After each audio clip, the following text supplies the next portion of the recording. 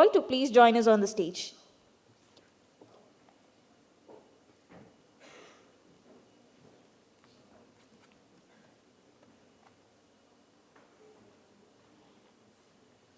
Handing over the baton to you, Mr. Murphy. The stage is all yours.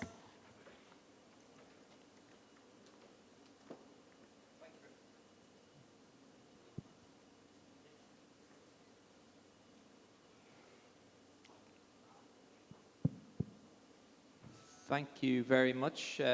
Thank you everyone here in attendance, and thank you very much to W.Media for hosting this event here today. We've got what I think is going to be a really great panel here discussing some of the opportunities in Chennai and across the wider state.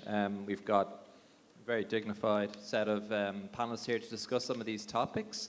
So with that, I'm going to dive right in. I'm going to ask all of the panelists to briefly introduce themselves and give 1 or 2 minutes on why this is such an important topic and why we're all here and why there's an event here and why there's so many people here to actually attend this session. Before I hand over, just a very quick introduction. My name is James Murphy. I'm the Managing Director for APAC for DC Byte. We're a global data center market intelligence firm headquartered in London, but with offices also in Virginia, in Washington, and I myself sit in Singapore. Just very quickly, India for us has been one of the busiest markets that we cover globally. And within that, obviously, Mumbai has been very busy and seen a lot of interest. But Chennai is really hot on the heels. In Chennai, we have got, I'd say we probably host calls at least every second week to discuss what's happening in Chennai, both with local domestic operators here in India and also with a lot of international investors and operators as well. So from our point of view, it's a really, really hot market, one I'm really excited to be in. Myself and my analyst Jenna, we were across Delhi and Chennai this week, and just the sheer number of new developments and world-class developments as well was something that was really good to see, and really kind of encouraged us when we were going to be talking to clients in future. So yeah, a lot going on. Without further ado, I'll now pass over to the analysts, or sorry, to the panelists to introduce themselves. Surajit, let's start with you. Sure. I think we share the mic. Good morning, all, and thank you for being here in the morning, and thank you, W.Media, for this lovely platform. I think this is one platform which always attracts all kind of players, from the ministry, from distinguished guests, and I see my colleagues with Pratap and Vinod here. A quick introduction. My name is Surajit Chatterjee. I, the Managing Director of the Data Center Group of CapitaLand in India. CapitaLand, we are headquartered out of Singapore. We are a large real estate investment manager. And we develop assets globally across all asset class. Globally, our assets under management stands at about 130 billion, right from the consumer to the industrial portfolio. Our market cap currently is about 19 billion Singapore dollars. In India, we are already present in alternate asset classes, which is IT parks and warehousing and logistics. Data center, we started in the year 2018. And typically, from an operator standpoint, we will be developing large facilities across India, and obviously Chennai is one of the destinations. Collectively, we are building about 300 megawatts of IT load pan-India, out of which we have already secured about 145 odd. In Chennai, we are present in number 2. And here we are building about a capacity size of 50 megawatts. Construction, we are in the last phase of our design, and construction will start. And I'm sure today's discussion will bring a lot of relevant discussions. What are the challenges on the ground? How this industry is being looked at?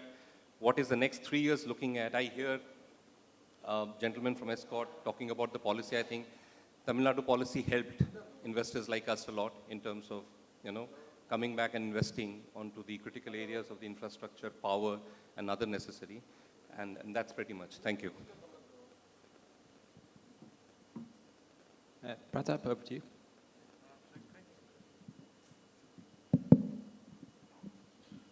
Yeah, good morning, everyone. Thanks for inviting us as a panelist. It's a great pleasure to meet all of you in this forum.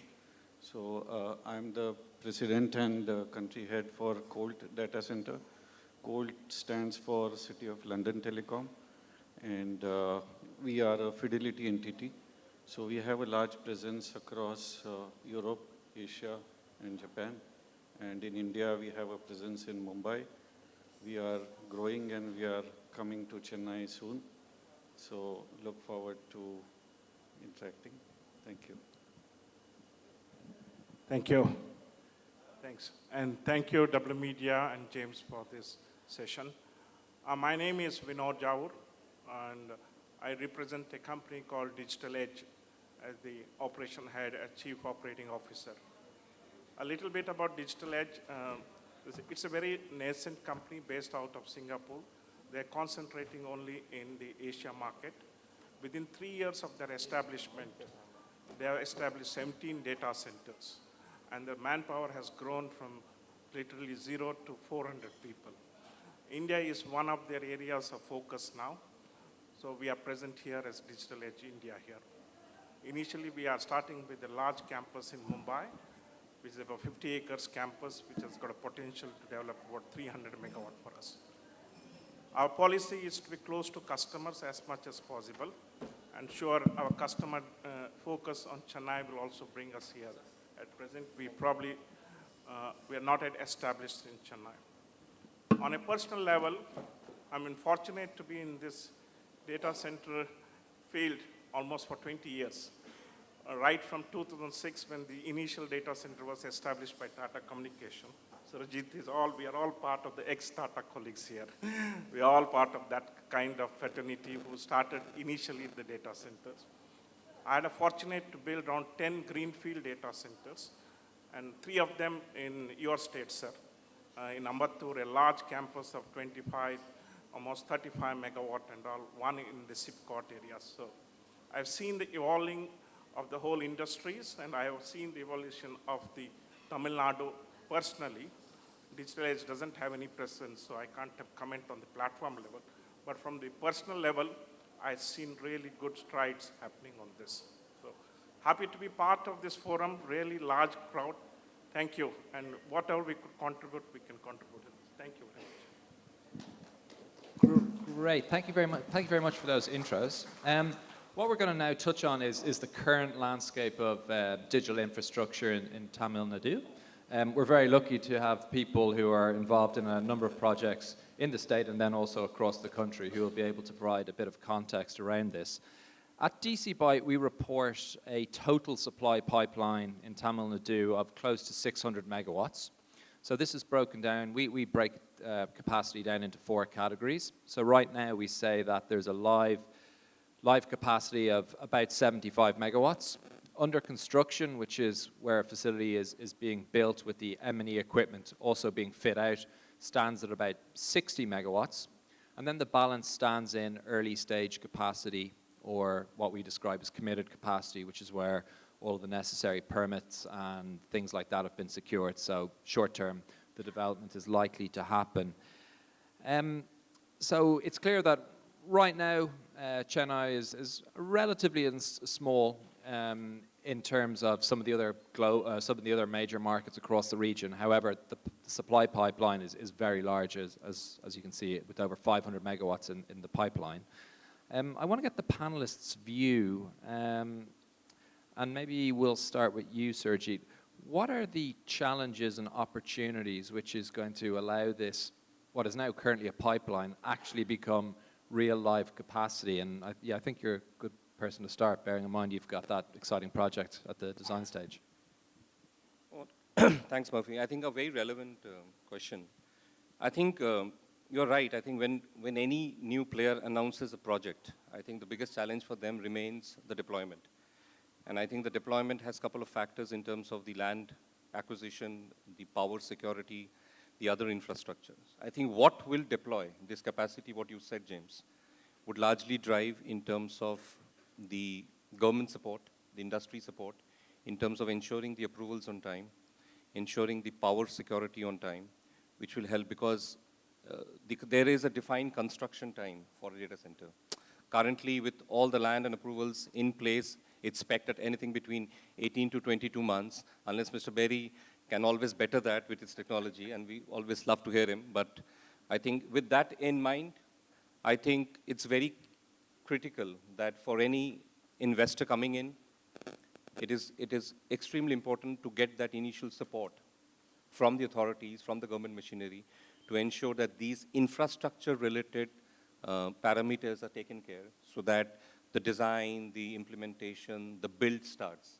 Because to your point, what you said, that relatively Chennai is a small market compared to the national landscape if we see today. Obviously, Mumbai is leading in terms of the market share. But Chennai's supply indication, and Chennai is following, and very right. But when you see the supply indications of Chennai, it is giving a lot of confidence to the new players like us who's entering that there is a market. But that market has to sustain in terms of delivery on time, in terms of ensuring the opportunities and infrastructure is there on time for customers, specifically the global ones, to come in and deploy. My view. Thank you. And over to you now, Vinod. Like, what's your view? I know you mentioned that your project, like the big one that you announced earlier on in the year, the 300 megawatts in Mumbai, but do you see any parallels as to some of the policies in Mumbai versus Tamil Nadu, and what might be allowing some of these mega projects take off in Mumbai? Yeah, from the platform level, we are not exactly in Tamil Nadu. So my views are all personal to what is my experience on that. Yeah, I can narrate the whole, in 2007, when we started some work in Ambattur, there was no data center policy, so we ended up in giving a lot of space for parking, generators, etc. But over the period of time, that has got evolved, and we are getting now more and more standards which allow us to optimize the land better. But what has not improved to that extent is the time required for getting the sanction. So this is about almost 15, 16 years of our experience in the market.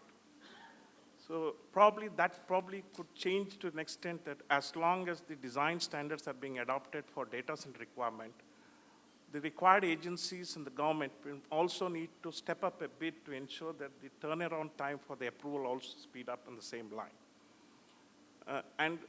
I don't think so there is any difference between this, either it is in Maharashtra or in Mumbai. It's more or less the same thing on that, and the same problems we grapple with everywhere. Having said that, I can only vouch saying that things are going in the positive directions. And from a foreign investment perspective, where Surajit said very clearly that no one wants to have the funds in hand and not able to deploy it for the next one and a half.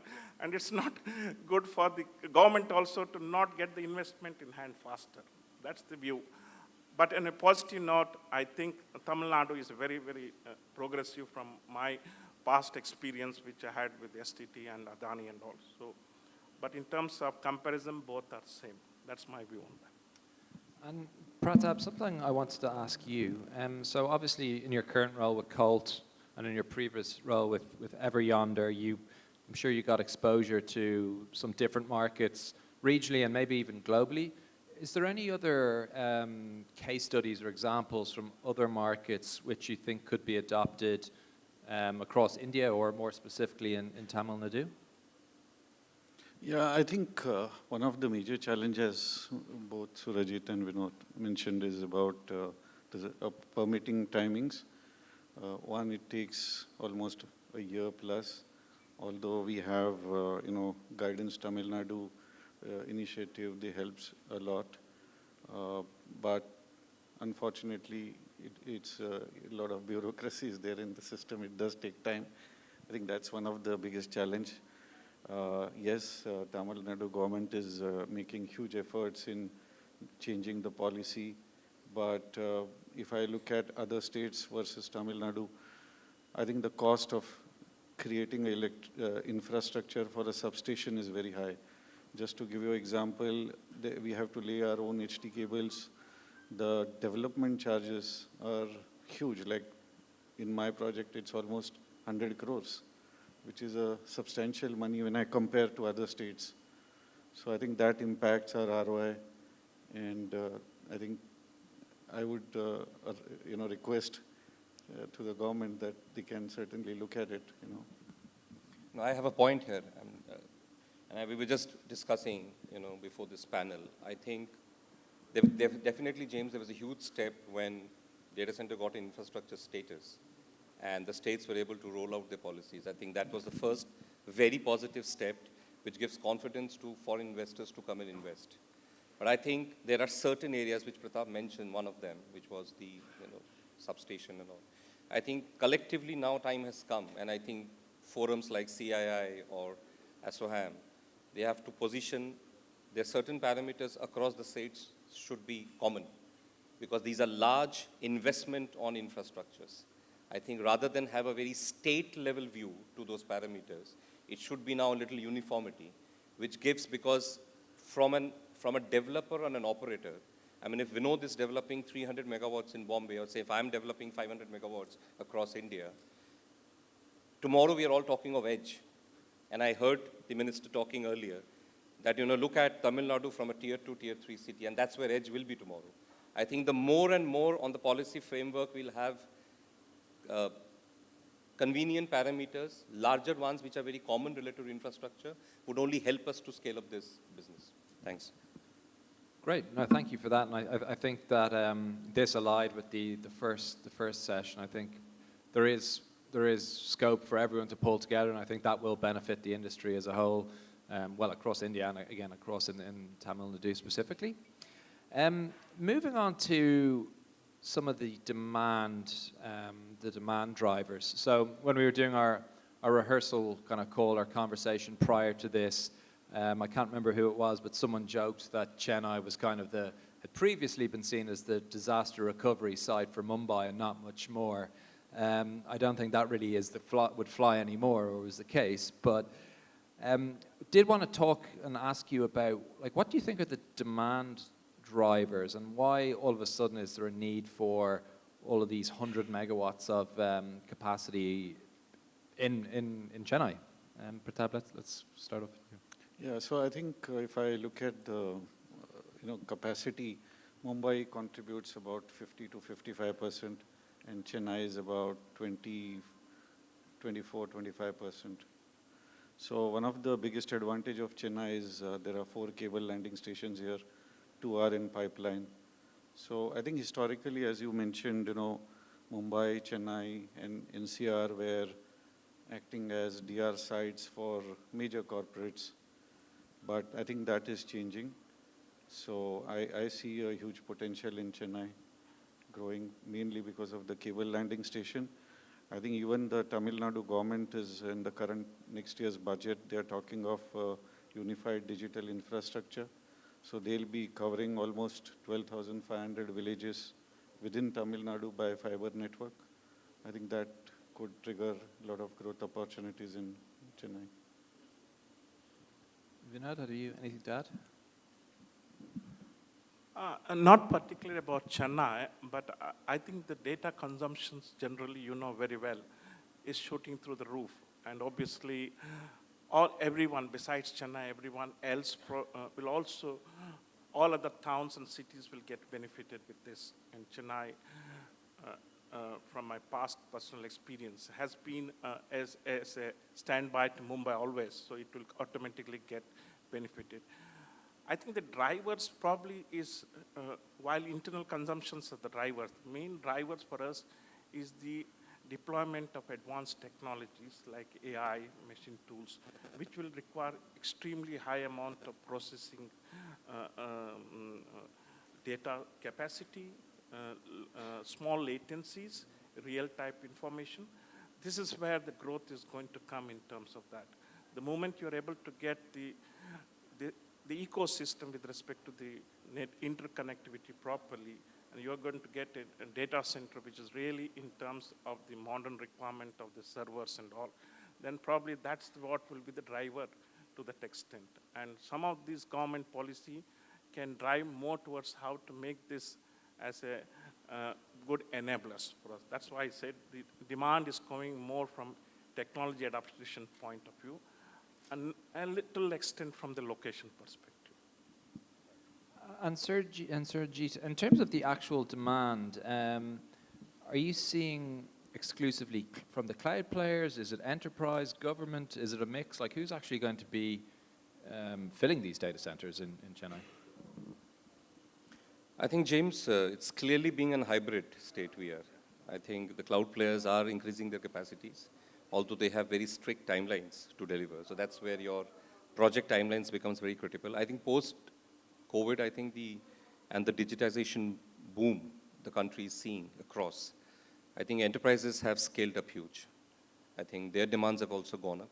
So I clearly see Chennai now steadily growing into a hybrid scenario where the demand will be in a mix of cloud, enterprise, PSU, and government-led. Great. Well, yeah, that was, again, what myself and my analyst Jenna picked up in our conversations during the week. Cloud demand is huge, enterprise demand is rising, and government still has a healthy appetite across India, in fact. Which kind of brings me to the next question or next point. And this is, we can address this in an India context, but then again, if there's any Chennai-specific examples, I think that would be useful for today. How are the colo providers adapting to this requirement in terms of the facility development? At a very high level, like one thing that we've seen as we've been studying India over the last couple of years is previously a large facility was 20 megawatts. Now we're talking about campuses of hundreds of megawatts. And I think that Vinod speaks to the 300 megawatt announcement by Digital Edge. So yeah, maybe if you could just talk to us about some of the adaptations that the colo providers are having to make. I think there are basically three trends which are going forward. This is something which is also what Digital Edge is following through. One is there is a definite need for sustainable data centers. So this is something which is going to be a driver, and which is what all the co-location provider must probably try to do, is to get into sustainable and green data center. This is first portion of it. Second, which was supposed to come in a normal course of thing, but it got speeded up because of COVID, is the adaptation of technology. And there is now a serious need to how to reduce manual intervention in your data center operation. Hence, this in turns has speeded up the deployment of AI tools in normal mundane operations also, and enhance security, so that the dependence on man and operating some of those manual dependent process are now avoided on that completely. Oh, sorry. So this is the second thing which we see as infrastructure providers. We need to probably start putting a lot of focus on technology and operational technology, deployed tools and all. I think that's something which some of these new operators are able to do that. Green and sustainable data centers is a requirement which is there. Besides that, I think the infrastructure really gets tied around when the interconnectivities and the fiber networks gets really strong. We are governed by the government's policies, but from a data center perspective, which are now spread across India, and the need to get the data, the need of a very strong interconnectivity is essential for that. So at Digital Edge, we are focusing on these three areas, and this is my view also that aligns with that on that. Great. And Surajit, myself and Jenna, we actually went to take a look at your site yesterday. And if I'm not mistaken, a lot of the announcements and developments you've announced in India are probably bigger than what you might have kind of under management or control in Singapore. Are there any design challenges which this has brought about, or is bigger just a case of multiplying everything by 2? Definitely, I think there should.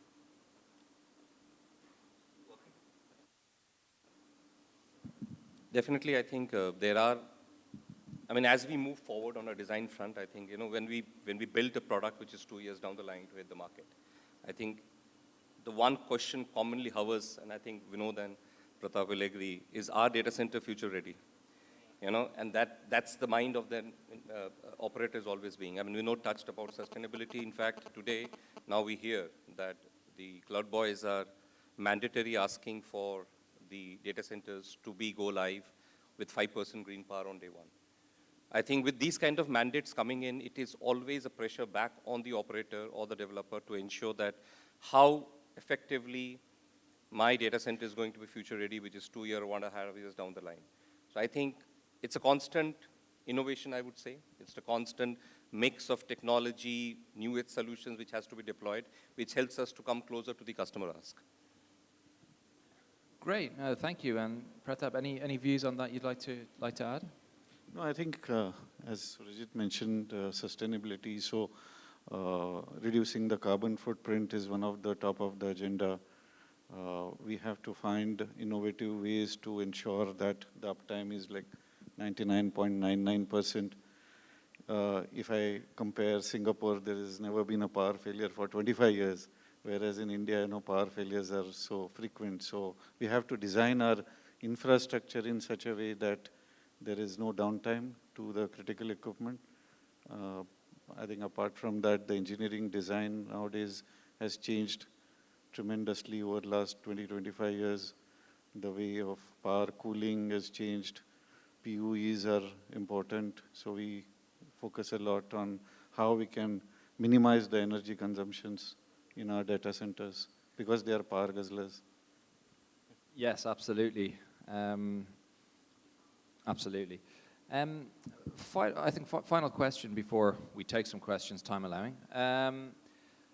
The relationship between colo and cloud services, how do we see this evolving across India? We're see some self-built projects in Mumbai and Hyderabad and a couple of other markets.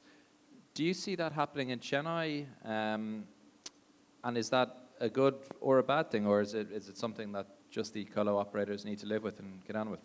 Pratap? So I'll go back to history, like when, I think when I first built my data center for Tata's in 2000, it was like 5 megawatt and we was catering to colos. Then I also worked for banks like JP Morgan, Deutsche, Barclays. We would have captive data centers. I think in year 2010 was the first wave when we started outsourcing to third parties, and that's how the colo market has been growing. So I think colo will continue to grow where there are medium, small scale enterprises continuing to use colo.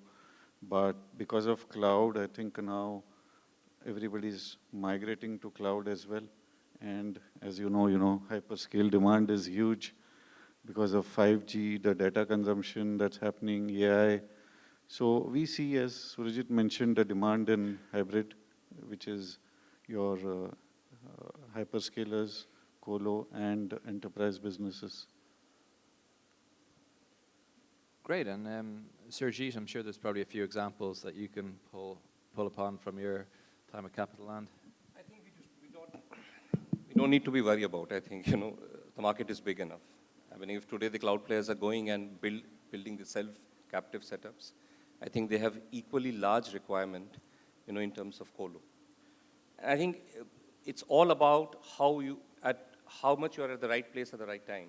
That's very critical. Today, you need to have multi-assets plan in terms of your scale up. You need to have, and cloud is getting adopted very aggressively in India, and we have seen that in the last 5 years. It will continue to do that.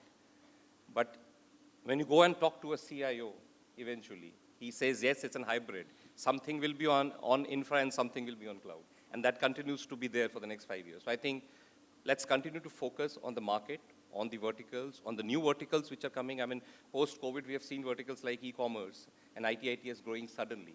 And their requirements have gone up. Today, for operators like us, it also gets difficult at times to service because hyperscalers comes in and they take some large capacities, and then you're not left. So I think there's a market for everybody, and that's a good sign. I think Pratap was mentioning about Singapore. I think now Singapore has a moratorium, You can't build any more data centers, right? Is India the next hub? Probably yes. And we should leverage collectively from an industry perspective how to get advantage of it. Yeah, well, I think that's a very pertinent point, and I think with Singapore seeing the moratorium, a lot of the capacity, especially Indian capacity, which was previously held in Singapore, is naturally going back to India. Anything, Vinod, that you'd like to add to that between how the colo providers and cloud is changing? Any digital edge examples across the region? No, absolutely right. Hybrid is what we assume it's going to be, with a good mix of in-prime and clouds. See, even for a CIO to take a decision to go to cloud, there are very many parameters. It's not an easy equation to immediately jump. It has to do with their cost model, their growth model, so many other considerations. So, and also, we feel that with all the government regulation coming on data protections and et cetera and all, there will be a healthy mix of in-prime as well as cloud services. And that's a good enough market for us to play around. So that is a good. So this is the indication. I agree with Surajit. And I think we're all eagerly awaiting for the data bill to be out. I think that definitely would put a momentum to many going forward initiatives. Great. Well, that kind of wraps up the main talking points we had here. I think one kind of takeaway that I think I kind of knew that was going to be the takeaway coming into this session, but the panel has just confirmed it, is Chennai's, the data center market here is a very exciting place to be. I think anyone working in and around the industry in Chennai or across India, that they're in a pretty good spot, I have to say. So yeah, I think it's yeah, like I said, a great time to be involved in the industry. I think there is some stakeholder alignment which needs to happen, and it sounds like the processes are in place, and it seems like there is open dialogue, which again will just kind of facilitate and allow everything to happen quicker, which is obviously extremely important in this industry when you've got very demanding clients. I think we've got maybe 5 or so minutes for questions. So if anyone has any questions they'd like to ask the panelists, I think we can facilitate a few. If you could keep your questions quite short and succinct, that would be much appreciated, just so we can get to more than 1 or 2. Anyone a question? If you put up your hand, I think we'll come around to you.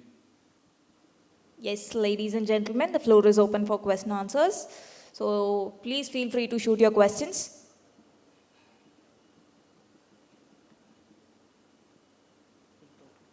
Well, it looks like the panel was so good that, oh no, we do have a question. Can we get a mic to this gentleman down the back?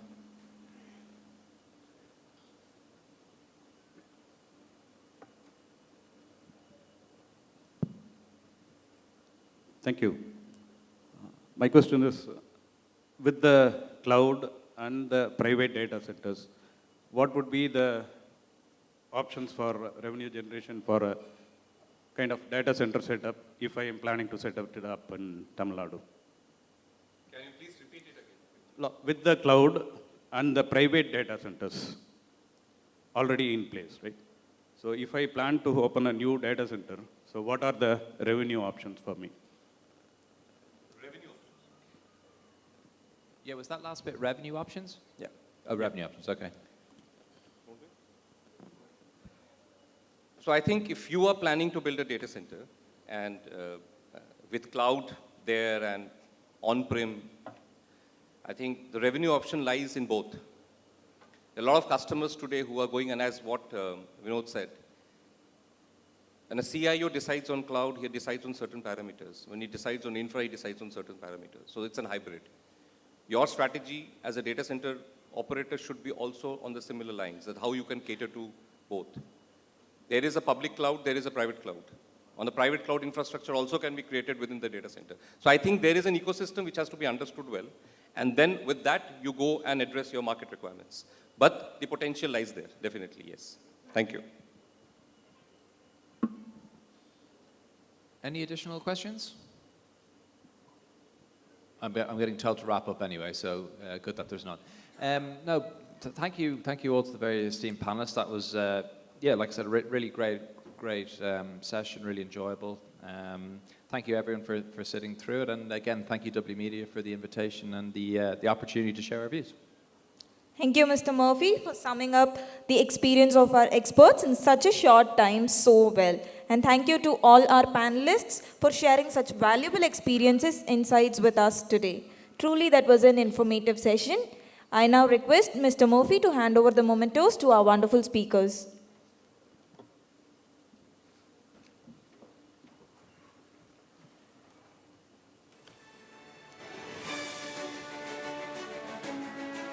Can we take a moment to appreciate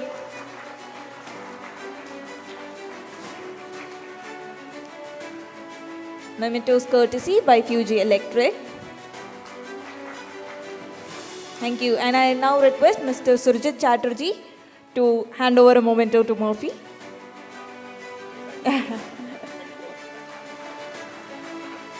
Thank you once again, gentlemen.